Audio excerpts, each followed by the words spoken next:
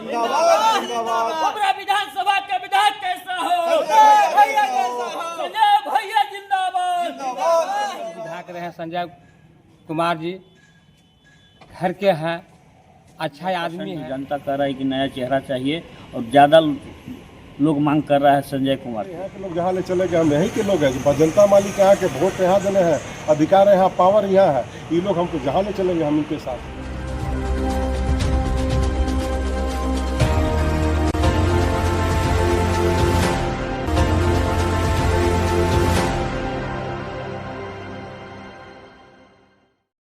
नमस्कार, मैं हूं धनंजय वैद्य और आप देख रहे हैं न्यूज़ ग्लोबल 24 बिहार झारखंड। बिहार विधानसभा चुनाव को लेकर जहां हर प्रत्याशी अपने अपने क्षेत्रों का दौरा करते नजर आ रहे हैं, वहीं औरंगाबाद जिले के हॉट सीट बना ओबरा क्षेत्र के मतदाता अपने प्रतिनिधि से काफ़ी नाराज दिख रहे हैं।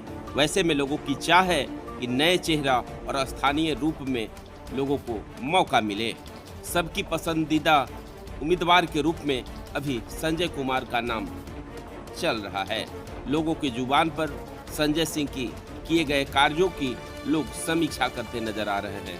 लोगों ने यह भी दावा किया है कि अगर चेहरे स्थानीय हो तो हम लोगों की समस्या समाधान की जाएगी। ऐसे में लोगों ने क्या कुछ कहा, देखिए। संजय भैया जिंदाबाद। जनता कह रहा है कि नया चेहरा चाहिए और ज़्यादा लोग मांग कर रहा है संजय कुमार को। तो विचारधारा और जो सामाजिक जो है ना, ये ऐसा व्यक्ति है कि सभी जाति सभी को धर्म को लेकर है तो जनता पर ध्यान नहीं दिए।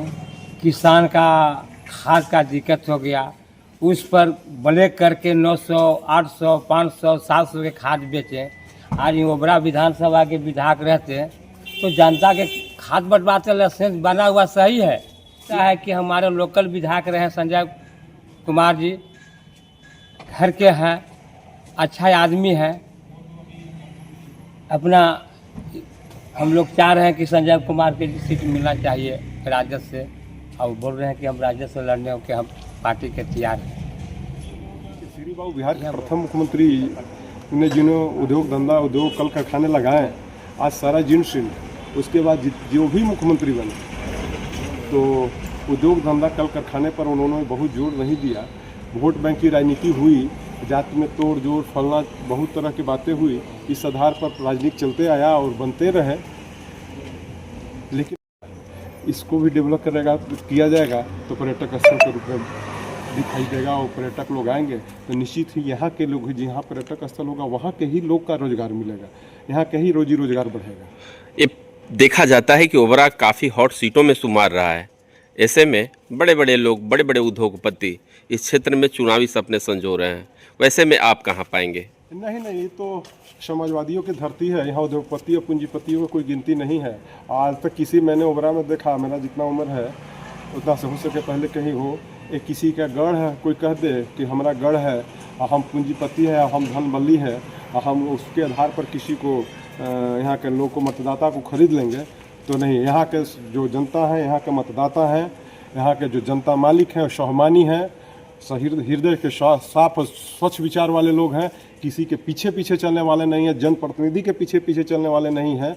तो यहाँ के लोग को कोई कहे कि धन से बल से अगर कोई ठग ले या कोई इसको गुमराह कर ले तो यहाँ नहीं है। यहाँ हर बात देख रहे हैं कि 5 साल के बाद कोई चेहरा नहीं, 2 चेहरा रिपीट नहीं हो रहा है। तो स्वाभाविक ही यहाँ के लोग जागरूक तो हैं, लेकिन किसी पर अचानक रूप से किसी पर विश्वास कर लेते हैं। विगत 1 माह से पंचायत स्तरीय दौरा कर रहे हैं।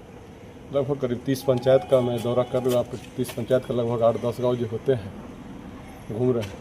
गांव में बहुत समस्या जाने के बाद दिखाई दे रहा है कि अब बोल निकलने लगी है कि बाहरी को स्थान नहीं, स्थानीय को प्राथमिकता देंगे।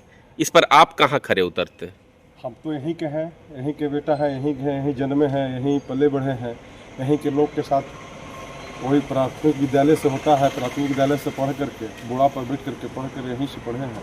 तो स्वाभाविक रूप से कि हमको यहाँ के हर एक गली गांव, हर एक व्यक्ति से जो स्वाभाविक रूप से लगाव होगा। और कोई भी व्यक्ति के अपना जहाँ ओरिजिन रहता है उससे निश्चित ही लगाव रहता है। तो लगता है यहाँ के लोग तो हमारे के यहाँ के इतना लोग निश्चल और दिल के साफ हैं कि बाहरी लोग के तो जिताए हैं, लेकिन जिताने के बाद वो देखे कि क्या फलाफल हमको मिला। न मिलने के लिए है, न सुख में आने वाले हैं, न दुख में आने वाले हैं।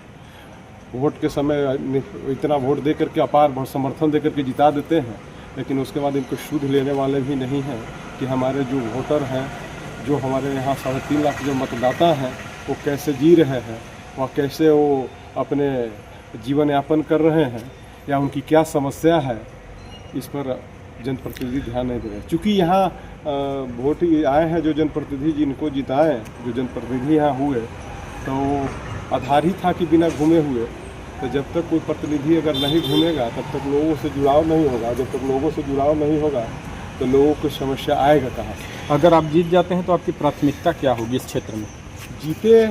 जीत और हार की तो अलग बात है। हार जीत कोई विकास का पैमाना नहीं है कि हारेंगे तो और जीतेंगे तो ही काम, जीतेंगे तो ही काम करेंगे, ये कोई विकास का पैमाना नहीं है। क्योंकि सारा डिपार्टमेंट काम सरकार का ही होता है, फंड सरकार का ही होता है। किसी भी प्रतिनिधि या समाजसेवी के काम है कि काम को कराना। तो मैं तो सबसे पहले है कि यहाँ एक डिग्री कॉलेज होना चाहिए ओबरा में।